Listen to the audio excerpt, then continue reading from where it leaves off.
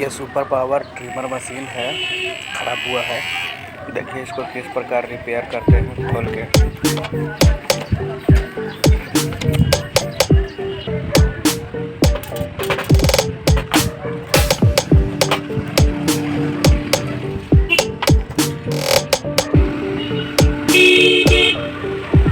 देखिए अब ये ऑन हो गया है, चालू भी है। अब इसको फिट करेंगे।